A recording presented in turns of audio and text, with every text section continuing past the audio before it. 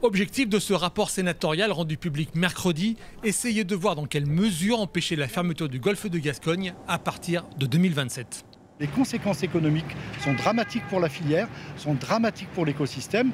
Et si on continue à cumuler tous les problèmes sur cette filière, on va l'envoyer dans une impasse. Et un serpent de mer dans ses propositions, les caméras sur les bateaux pour contrôler les captures de cétacés afin d'avoir des données fiables.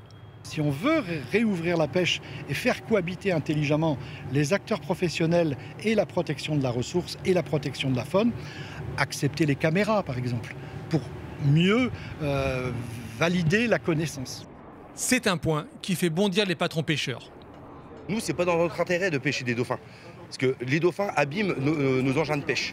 Donc pour nous, c'est une perte de rentabilité. Tout est fait pour nous enfoncer davantage. On a embarqué des observateurs pendant plus de 10 ans. On a montré qu'on ne pêchait pas de dauphins. Maintenant, on nous installe des caméras à bord. Pour moi, c'est une privation de la liberté. Autre proposition de la Commission, la nomination d'un médiateur pour essayer de pacifier le débat entre les différents partis.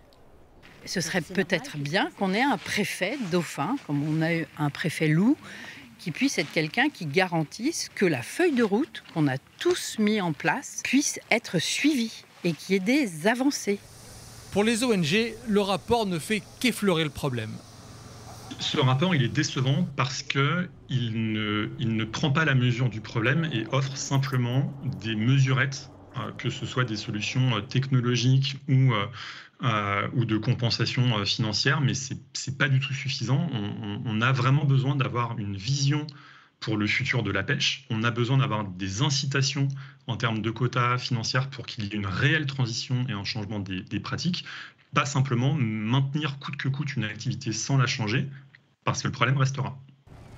Les différents chiffres étant contestés par plusieurs protagonistes, la Commission préconise également de collecter des données fiables pour statuer en parfaite connaissance de cause pour l'année 2027.